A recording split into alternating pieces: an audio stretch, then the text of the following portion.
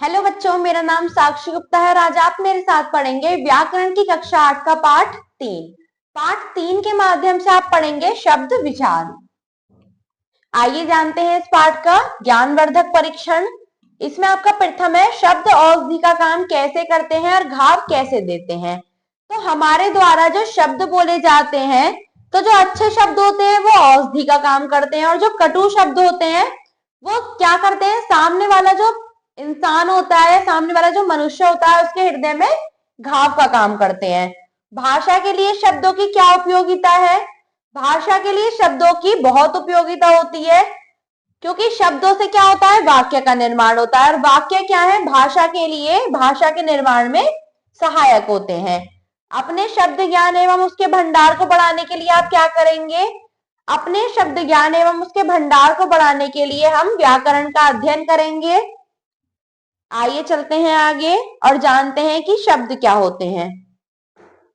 हम सभी अपने दैनिक जीवन में अपने भावों को बोलकर अथवा लिखकर प्रकट करते हैं। बोलते समय हमारे मुख से कुछ ध्वनियां निकलती हैं जिनके माध्यम से हम अपनी बात दूसरे व्यक्ति को समझा पाते हैं। जैसे म आ मा, ध अ ध, व अ वा, माधव। ग आ गा, य अ क अ गायक। क आ का, ज अ ज, ल अ ल काजल। म ई मई, मी, ठी आ ई मिठाई। उपयुक्त उदाहरणों में अनेक ध्वनियां हैं। इन ध्वनियों के मेल से जो सार्थक इकाई बनती है उसके द्वारा ही वक्ता अपनी बात श्रोता को समझा पाता है। जैसे माधव, गायक, काजल, मिठाई। अतः वर्णों के मेल से बनी सार्थक इकाई ही शब्द कहलाती है। प्रत्येक शब्द का अपना अर्थ होता है। व्याकरण में केवल सार्थक शब्दों का ही महत्व होता है। निरर्थक शब्द या ध्वनियों के मेल द्वारा अपनी बात नहीं समझाई जा सकती। जैसे क अ म अ ल अ कमल, फूल का नाम, और ल अ म अ क अ कोई अर्थ नहीं। आइए जानते हैं शब्दों का वर्गीकरण। हिंदी व्याकरण में शब्दों का वर्गीकरण 5 प्रकार से किया जाता है। उत्पत्ति या स्रोत के आधार पर, अर्थ के आधार पर, रचना या बनावट के आधार पर, प्रयोग के आधार पर, व्याकरणिक प्रकार के आधार पर। आइए चलते हैं आगे अगले पृष्ठ पर। अगला पृष्ठ है इसमें आपको सबसे पहले दिया गया है उत्पत्ति या स्रोत के आधार पर। इस आधार पर यह देखा जाता है कि भाषा के अंतर्गत किसी शब्द का विशेष उद्गम कहाँ से हुआ है। उत्पत्ति, स्रोत अथवा उद्गम की दृष्टि से शब्दों को 5 भागों में बांटा गया है। प्रथम है तत्सम शब्द, तद्भव शब्द, देशज शब्द और विदेशी शब्द व संकर शब्द। तत्सम शब्द संस्कृत वर्ड्स, संस्कृत के उन शब्दों को जिन्हें ज्यों का त्यों हिंदी भाषा में स्वीकार किया गया है तत्सम कहलाते हैं। जैसे चंद्र, आग, सूर्य, मात्र, पितृ, पुत्र इत्यादि। तद्भव शब्द क्या है? संस्कृत के उन शब्दों को जो थोड़े बहुत परिवर्तन के साथ हिंदी में प्रयुक्त होते हैं तद्भव शब्द कहलाते हैं। जैसे चांद, आग, सूरज, माता, पिता, पूत इत्यादि।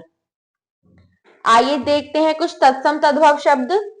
कार्य, काम, ग्रह, घर, मयूर, मोर, भगिनी, बहन, स्वर्णकार, सुनार। उच्च, ऊंचा, सर्प, सांप, ग्राहक, गाहक, मुक्ता, मोती, दुग्ध, दूध। ग्राम, गांव, पितृ, पिता, श्वेत, सफेद, दुर्बल, दुबला, कर्ण, कान।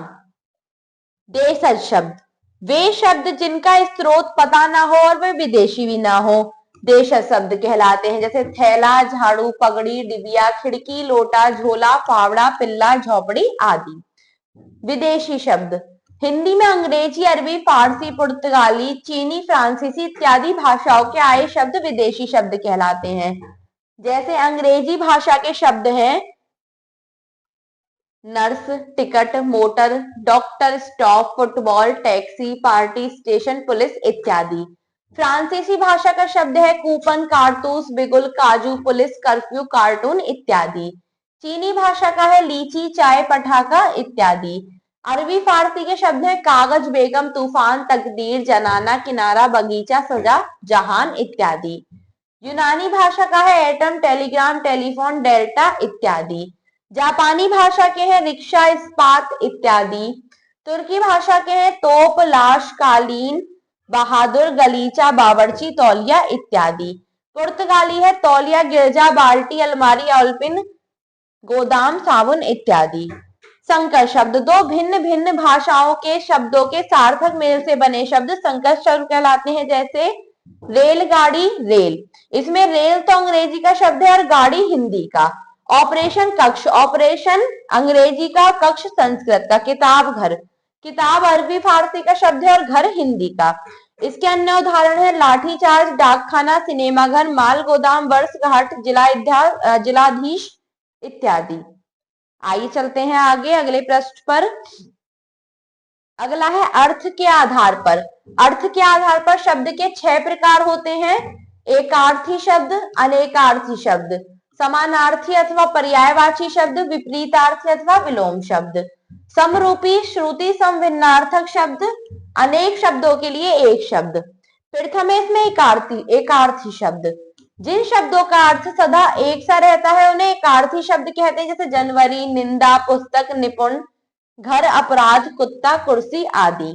अनेकार्थी शब्द, ऐसे शब्द जिनके एक से अधिक अर्थ होते हैं उन्हें अनेकार्थी शब्द कहते हैं। जैसे अर्थ, धन, अभिप्राय, हेतु, पत्र, पत्ता, चिट्ठी। समानार्थी शब्द अथवा पर्यायवाची शब्द, जिन शब्दों के अर्थ एक दूसरे के समान होते हैं उन्हें समानार्थी अथवा पर्यायवाची शब्द कहते हैं। जैसे जल, पानी, नीर, वारी, कमल, नीरज, पंकज, जलज। अगले हैं विपरीतार्थी अथवा विलोम शब्द। जो शब्द परस्पर विपरीत या उल्टा अर्थ देते हैं उन्हें विलोम अथवा विपरीतार्थ शब्द कहते हैं। जैसे आकाश, पाताल, सुख, दुख, अमृत, विष आदि। समरूपी, श्रुति समभिन्नार्थक शब्द, ऐसे शब्द जो उच्चारण करने में एक जैसे लगते हैं परंतु अर्थ अलग अलग देते हैं वे समरूपी, श्रुति समभिन्नार्थक शब्द कहलाते हैं। जैसे अनिल, हवा, अनल, आग। अवधि भाषा का नाम और अवधि समय सीमा। अनेक शब्दों के लिए एक शब्द, जिन शब्दों का प्रयोग वाक्यांश अथवा शब्द समूह के स्थान पर किया जाता है उन्हें अनेक शब्दों के लिए एक शब्द कहते हैं। जैसे जो ईश्वर को मानता हो आस्तिक और जो कभी ना मरे अमर। अगला है रचना के आधार पर। रचना के आधार पर शब्द 3 प्रकार के होते हैं। ऋण शब्द, यौगिक शब्द और योग रूढ़ शब्द। ऋण शब्द कौन से होते हैं? वे शब्द जो परंपरा से किसी विशेष अर्थ के लिए प्रयोग में लाए जाते हैं तथा अन्य शब्दों के योग से नहीं बनते हैं, जिनके खंडों का कोई अर्थ नहीं होता, वे ऋण शब्द कहलाते हैं। जैसे वृक्ष, घर, सूर्य, आदमी, हाथ आदि। यौगिक शब्द, वे शब्द जो 2 सार्थक खंडों के योग से बनाए जाते हैं यौगिक शब्द कहलाते हैं। जैसे प्रधानमंत्री, प्रधान और मंत्री, पाठशाला, पाठ और शाला। अनुशासन, अनुशासन, रसोई घर, रसोई घर। यौगिक शब्दों को हम उपसर्ग प्रत्यय के योग से भी बना सकते हैं। अगले हैं योग रूढ़ शब्द। यौगिक होते हुए भी जो शब्द किसी विशेष अर्थ का बोध कराते हैं उन्हें योग रूढ़ शब्द कहते हैं। जैसे दशानन, 10 सिर वाला अर्थात रावण। हिमालय, बर्फ का घर अर्थात पर्वत विशेष। अगला है आपका प्रयोग के आधार पर। प्रयोग के आधार पर शब्द के 2 प्रकार होते हैं, सामान्य शब्द और तकनीकी शब्द। जो शब्द हम दैनिक जीवन में आम बोलचाल में प्रयोग करते हैं उन्हें सामान्य शब्द कहते हैं। जैसे खाना, मकान, विद्यालय, दूध, कमरा इत्यादि। तकनीकी शब्द, जिन शब्दों का संबंध विभिन्न विषयों, व्यवसायों और विज्ञान आदि से होता है उन्हें तकनीकी शब्द कहते हैं। जैसे कंप्यूटर, रसायन, रेखाचित्र इत्यादि। व्याकरणिक प्रकार के आधार पर, व्याकरणिक प्रकार के आधार पर शब्द 2 प्रकार के होते हैं, विकारी शब्द और अविकारी शब्द। विकारी शब्द क्या होते हैं कि जो शब्द अपना रूप वाक्य के समय, लिंग, वचन, कारक, काल इत्यादि के कारण बदलते रहते हैं उन्हें विकारी शब्द कहते हैं। विकारी शब्दों के 4 भेद होते हैं, संज्ञा, सर्वनाम, विशेषण, क्रिया। अगले होते हैं अविकारी शब्द। जो शब्द वाक्य प्रयोग के समय लिंग, वचन, काल इत्यादि के कारण अपना रूप नहीं बदलते उन्हें अविकारी शब्द कहते हैं। अविकारी शब्दों के 4 भेद होते हैं, क्रिया विशेषण, संबंध बोधक, समुच्चय बोधक, विस्मयादि बोधक। आइए चलते हैं आगे पाठ पे। आइए जानते हैं हमने इस पाठ के माध्यम से क्या सीखा। कि हमने सीखा 1, 2 या 2 से अधिक वर्णों से बनी सार्थक ध्वनि को शब्द कहते हैं। हिंदी व्याकरण में शब्दों का वर्गीकरण 5 प्रकार से किया जाता है। उत्पत्ति या स्रोत के आधार पर, अर्थ के आधार पर, रचना या बनावट के आधार पर, प्रयोग के आधार पर, व्याकरणिक प्रकार के आधार पर। आइए चलते हैं आगे। अब करने की बारी। सही विकल्प पर सही का चिन्ह लगाइए। हिंदी व्याकरण में शब्दों का प्रयोग कितने प्रकार से किया जाता है? 5 प्रकार से। जब शब्दों का प्रयोग वाक्यों में किया जाता है तब वे क्या कहलाते हैं? पद। निम्न शब्दों में कौन सा शब्द तद्भव है? आग। आइए चलते हैं आगे। डॉक्टर शब्द किस भाषा का है? अंग्रेजी। अंधा शब्द है देशज। निम्नलिखित में से कौन से शब्द विकारी नहीं होते? क्रिया विशेषण। आंख शब्द का पर्यायवाची है नयन। आइए चलते हैं प्रश्न ख पर। सही शब्द चुनकर रिक्त स्थान भरिए। विकारी शब्द के 4 भेद होते हैं। संज्ञा, सर्वनाम, विशेषण और क्रिया। संस्कृत के वे शब्द जिन्हें संस्कृत के रूप में ही हिंदी में स्वीकार किया गया है तत्सम कहते हैं। जिन शब्दों का अर्थ सदा एक सा रहता है एकार्थी कहते हैं। ऐसे शब्द जो उच्चारण करने में एक जैसे लगे परंतु अर्थ अलग अलग देते हो वे समरूपी भिन्नार्थक शब्द कहलाते हैं। आइए चलते हैं आगे। निम्नलिखित के निर्देशानुसार 4 उदाहरण लिखिए। रूढ़ शब्द। जलज, भू, धरा, पृथ्वी। यौगिक शब्द पुस्तकालय, पाठशाला, अनुशासन, प्रधानमंत्री। योग रूढ़ शब्द नीलकंठ, गजानन, लंबोदर और त्रिलोचन। आइए चलते हैं आगे। निम्नलिखित शब्दों को उचित स्थान पर लिखिए।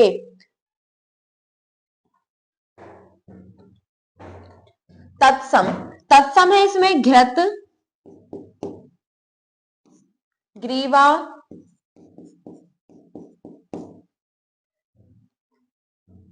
सप्त,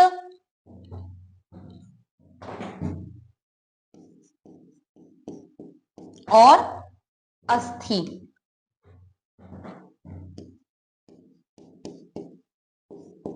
तद्भव है इसमें सूखा, कान, दूध,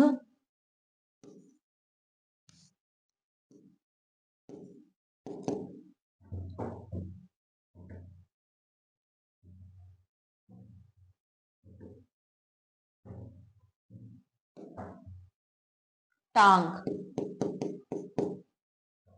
आगे है देशज शब्द। देशज है इसमें लोटा, रोटी, झाड़ू,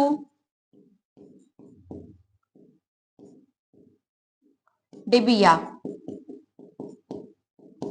आगे है इसमें विदेशी। विदेशी है अलमारी,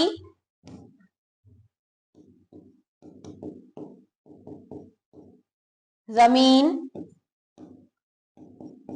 रिक्शा और लीची।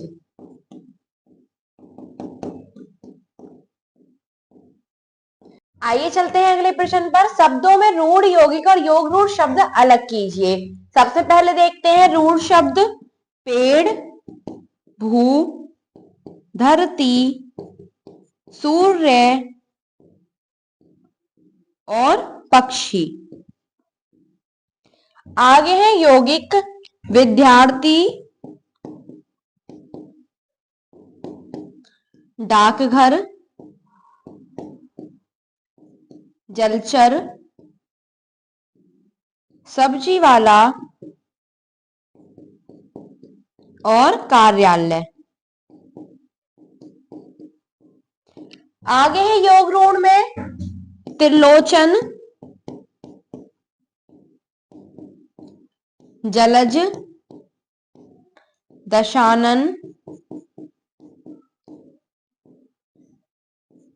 लंबोदर और नीलकंठ। आइए चलते हैं अगले पृष्ठ पर और देखते हैं अगला प्रश्न। निम्नलिखित शब्दों के तत्सम रूप लिखिए। आम, आम्र, नाक नासिका, बहन भगिनी, घोड़ा घोटक, पंछी पक्षी, मुंह मुख, पूत पुत्र, माथा मस्तक, खंबा स्तंभ, पिता पितृ, दिन दिवस, भंवरा भवन। आइए चलते हैं अगले प्रश्न पर। अगला प्रश्न है निम्नलिखित अंग्रेजी, अरबी, फारसी और पुर्तगाली मूल के चार चार शब्द लिखिए। अंग्रेजी पुलिस, स्टेशन, डॉक्टर, रेल। अरबी के शब्द हैं आपके कागज, किनारा, तूफान, बगीचा। फारसी के हैं बेगम, तकदीर, सजा, जहान। बाल्टी, तौलिया, अलमारी, आलपिन। आइए चलते हैं आगे। निम्नलिखित प्रश्नों के उत्तर दीजिए। शब्द किसे कहते हैं? हिंदी व्याकरण में शब्दों का वर्गीकरण कितने आधार पर होता है? विस्तार पूर्वक लिखिए। आइए देखते हैं इसका उत्तर पाठ के अनुसार।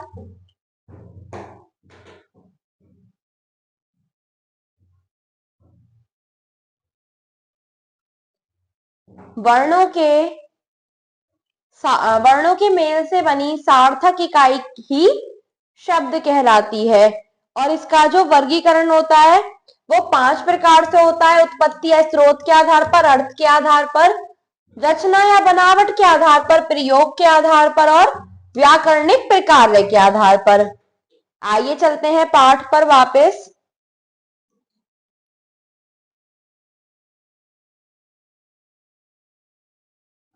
आगे आपसे इसमें पूछा गया है शब्द और पद में अंतर स्पष्ट कीजिए कि जब वर्णों के मेल से हम ध्वनि बनाते हैं तो वो ध्वनि शब्द होती है और जब उन्हीं शब्द को मिलकर वाक्य बनाते हैं, जब कोई शब्द वाक्य में प्रयोग करते हैं तो वो पद होता है। अगला प्रश्न है अर्थ के आधार पर शब्द के कितने भेद होते हैं? आइए देखते हैं पाठ में से कि अर्थ के आधार पर कितने भेद होते हैं। अर्थ के आधार पर शब्दों के 6 भेद होते हैं। एकार्थी, समानार्थी, अनेकार्थी, विपरीतार्थी, समरूपी और अनेक शब्दों के लिए एक शब्द। अगला प्रश्न है आपका तत्सम तथा तद्भव शब्दों के दो दो उदाहरण लिखिए। आप निम्नलिखित शब्दों में से कोई भी 2 उदाहरण लिख सकते हैं। अगला शब्द है यौगिक तथा योग रूढ़ शब्दों में उदाहरण सहित अंतर स्पष्ट कीजिए। तो इसमें आप लिख सकते हैं कि जो यौगिक शब्द होते हैं वे शब्द जो सार्थक खंडों के योग से बनाए जाते हैं यौगिक शब्द कहलाते हैं, जैसे प्रधानमंत्री। और योग रूढ़ शब्द क्या कहते हैं? यौगिक होते हुए भी जो शब्द किसी विशेष अर्थ का बोध कराते हैं उन्हें योग रूढ़ कहा जाता है, जैसे दशानन, 10 सिर वाला अर्थात रावण। देखते हैं अंतिम प्रश्न, विकारी तथा अविकारी शब्द में अंतर स्पष्ट कीजिए। तो इसमें आप क्या लिख सकते हैं कि जो विकारी शब्द होते हैं उनमें लिंग वचन के आधार पर परिवर्तन हो जाता है और अभिकारी शब्दों में कोई भी परिवर्तन नहीं होता। रचनात्मक गतिविधि देखेंगे। रचनात्मक गतिविधि है कि अपनी अभ्यास पुस्तिका में अधिक से अधिक योग रूढ़ शब्द लिखिए और उन्हें अपने अध्यापक अध्यापिका को दिखाइए। आप अपनी अभ्यास पुस्तिका में अधिक से अधिक योग रूढ़ शब्द लिखकर अपनी अध्यापक या अध्यापिका से उसे चेक करा लेंगे। धन्यवाद।